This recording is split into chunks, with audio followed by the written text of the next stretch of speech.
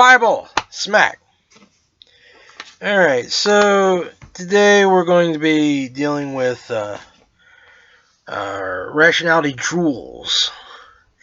And he kind of says his beliefs on morality and stuff like that.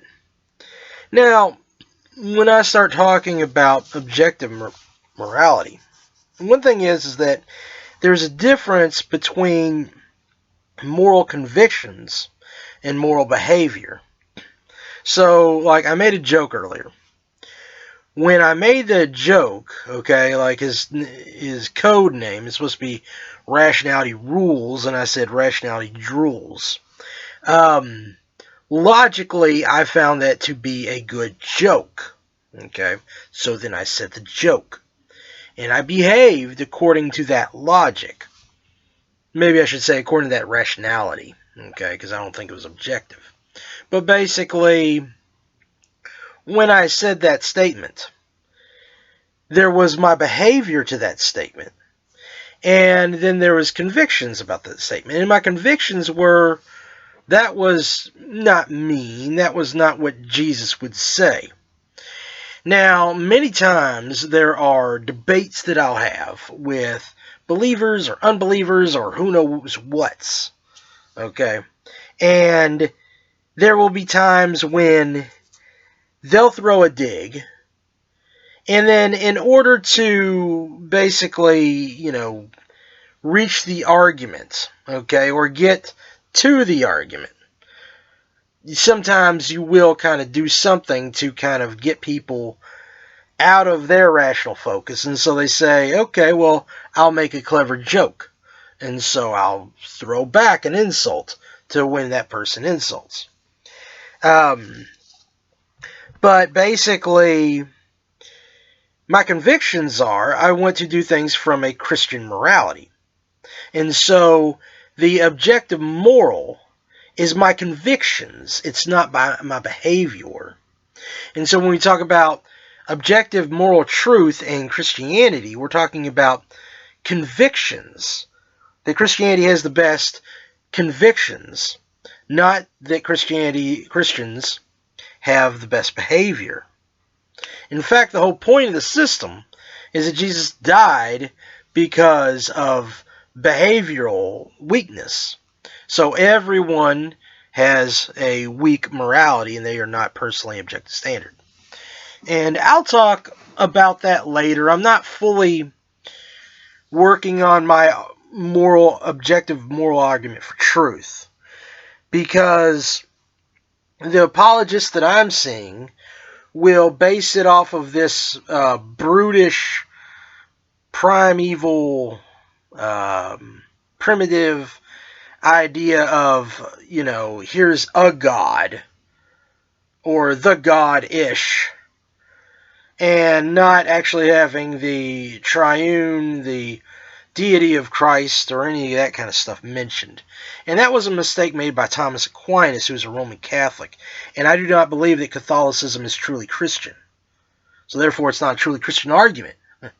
Because there is a Trinity, and there is an incarnation, and there is the deity of Christ. And therefore, Jesus is God. So if that's not in the equation, then that brings weaknesses that didn't belong there.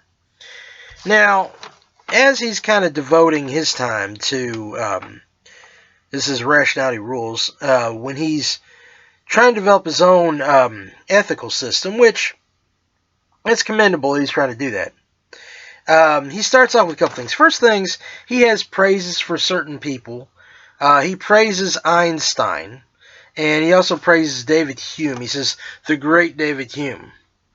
Or he'll say, Einstein said this, and he took it as a parable of, like, Einstein's so wise. Einstein is a physicist, cosmologist maybe, really more of a physicist. It's not really his area to give you ethical, moral teachings. So what he's doing is he's giving religious devotion to these guys. He's like, I'm so weak. I'm not as smart as they are. Oh, great gods of science. Oh, I worship you. He's practicing the humanist religion, the humanist faith. And so when he talks about morality, it's really as a faith, as a religious superstition. Okay, and that's what humanism is. It is a religious superstition. So then he starts talking about how what he believes is that most atheists you hear, they go with a subjective ethic. And he says, well, no, my morality is, or my ethics is a objective and subjective ethic. So there are some things that are objectively morally true, but yet it is cased in a softness. And he says medical science is a soft science.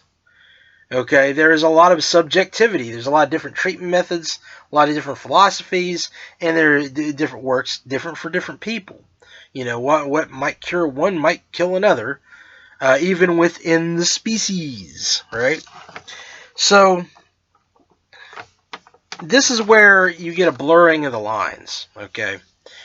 The fact is that medical science is not objective. It is subjective.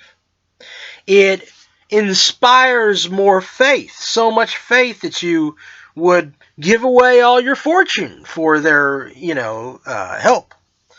But it doesn't mean that the medicine's guaranteed to work. You look at what hospitals do. They have people die, right? More people die in hospitals than any else. So it is always subjective. It's just that it inspires more faith using mathematics and logic and this and that and all this terminology. Now we've come to this point. Well, there is some truth that I believe, okay, oops, there it is. I even put faith, okay? But when we're talking about that, it is still based on that faith. It is still all subjective knowledge. So then he says, well, if you believe something in general, okay, in general is not objective, but it's true. So he said that, for instance, if somebody said that it's always bad to hit somebody, he said, well, in general it's bad to hit somebody. Now, he said the exception would be in a boxing match. And in a boxing match, it would be good if you hit somebody. Well, that's not necessarily the case. What that is you saying that the group dynamic, that everybody's opinion allowing for boxing to happen, must now make it morally true. So you don't have any private morality at that point. Problem is that even if you're in the situation of boxing, okay, and let's say I've got the ability to hit somebody, okay, well, is that necessarily now a good thing? What if I decide to hit that person so hard that eventually they die? Okay, am I still good?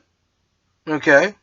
No, society allowed me, but it didn't make it good that I decided to use the rules to kill somebody. Okay? So there still exists an objective morality, and that's where you get the Hitler problem. How can you get after the Nazi war criminals? They were doing what their whole world, their whole nation told them to do. Okay? And just like right now, we don't get after the abortionist. Why? Because the country allows them to do it. Kill the babies. Kill the Jews. Kill, yay. Right? So what you did, you just justified the Nazis.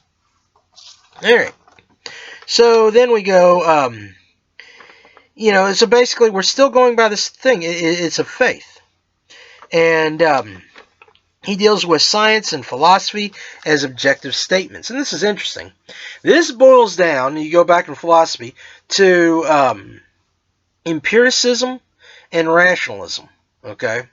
And rationalism, we draw that back to René Descartes. And then empiricism, we draw that back to John Locke. And both of them started their systems out with theism, the belief in God. Objective, okay? So they were going with this objective truth to pad their subjective lines of reasoning. And then Kant goes and merges the two together. So now we have reason, and we have the science. Okay, we got philosophy and science. Oh, yay, now it's all together. No, you have circular reasoning is what you have. Okay, the philosophy justifies the science justifies philosophy, and they both justify each other. And what's that? It's just based on itself. Okay, it's faith. All right, so we're back into that humanistic religion. Woo! All right, so then he starts talking about like he says, "Are you thinking?" And this goes back to Descartes, and Descartes said, "I think, therefore I am." But Descartes didn't stop there. Okay. When he went to the next conclusion, which was his limitations. And once he realized the limitations, that there are unlimitations compared to the limitations. And then there was the concept of God. Okay. And once you start getting that, then you'll get in the ontological argument. And so now you have God to justify reasoning. Okay. But he doesn't have that. So he says, well, it's scientifically true. I know that I'm thinking, but it's not philosophically true because I am a subject. But God is not a subject. So, now we have objective logic. He doesn't have it. All right, and he's going to go, he's going to fall all over the place. And it says, he gets into some logic here with his syllogisms, and he's like, okay, well, we have to be in line with our evolution, and evolution has us eating meat, so it's good for us to eat meat. The thing is that now he's talking about his quote-unquote reference, but his reference is really an axiom, okay? And so the axiom has to just be true. Why? By faith, okay? Axioms should be logical. They should make sense, because you're determining the rest of your logic. But where do you get that logic if it's all based on faith? Well, if we base it on the knowledge of God that is objective because God knows all things, well, now we do have a platform and a source. Meanwhile, his objectivity becomes subjectivity, so he's got subjective and then super subjective. So, he says, humans evolved from apes. Well, or evolutionary time. I'd have to go back and look, but basically, because he might say primates or whatever. But basically, this doesn't really work out because apes have 2 more chromosomes. I could be wrong because I read that earlier today. It could be that apes have 2 more. Yeah, apes have 2 more chromosomes. Could be humans, but I think it was apes is what I read. And basically, the pushback by the evolutionists was, well, they fused together. Okay, but the amount of molecular genetic information, okay, is way, way, way too small to fuse the 2 chromosomes together. So that is false, and human evolution does not work. All right, that's science, but don't tell him that. So he's got the axioms that. And then he has contingencies. He defines contingency as a feeling, okay? And that's very important. Because now he says, well, I have a contingency. It's based on an axiom. But the axiom is faith, and it's a feeling based on faith. All right, then we have Darwinism, okay? Survival of the fittest. Now, the reason I bring this up is because he says his ought is I ought to survive. Well, why? Why is that something? Well, he's like, well, I have to. All right, well, what makes me think that you ought to survive? What makes your murderer think that you ought to survive? So, well, I ought to survive. And so then we ought to go with that. Not if they don't believe your bullcrap. All right? So here we go again. And it's this, it's a faith thing, okay? What about the fact that, like, oh, we're polluting the environment? What if you are just worthless, okay? If you're worthless, then, you're polluting and all that kind of stuff. Maybe you're more trouble than you're worth. So maybe you ought not to survive. But this is where he says, well, no, I got faith and axioms. I've got religion, okay? So I've got religion, and that's why I got... And he's like, we've outgrown religion. We just haven't outgrown the language. No, you got religion, buddy, okay? So you have not outgrown religion, But science can't inform morality. He warns that in minute number 6. And then in minute number 9, he starts going with these ideas of his scientific conclusions informing his morality. And then, like, in minute 10, he does it again, talking about how nature made it. Nature made it so that we have these axioms. Okay, well, that's, once again, the fallacy that he warned against. Okay, he's contradicting himself very strongly there. Then he gives his perfect illustration, and he says, well, here's 2 syllogisms. One with vaccine. If you love your kids, you'll vaccinate your kids. Okay, because we don't want our kids to suffer. Then it says, if you love your kids, you'll circumcise your kids because we don't want our kids to suffer. And he's like, well, the first one is scientific and the second one's not. Not quite. Because didn't you say that medicine is a soft science? And while this is not my thing, I'm going to tell you something. There's a lot of people out there that say vaccines are not as healthy as you think. And they'll cite all this stuff and talk about pollution and how it doesn't really help you here and it hurts you there and it doesn't build up your immunity. And so there's a lot of people who would argue against that, and you said that was objective. Meanwhile, circumcision, I've seen people make scientific arguments that circumcision does help in terms of preventing sexually transmitted diseases. And also, by the way, nothing about circumcision saving anybody, okay? And even though I'm not like an Islamic expert, they don't believe that just by being circumcised that you automatically make it to heaven. You got to work your way, right? So, basically, that is fallacious. That is false. That's what we call a lie, and a lie is something we call immoral. Okay? And so, no, you've not achieved objective morality. Smell you later.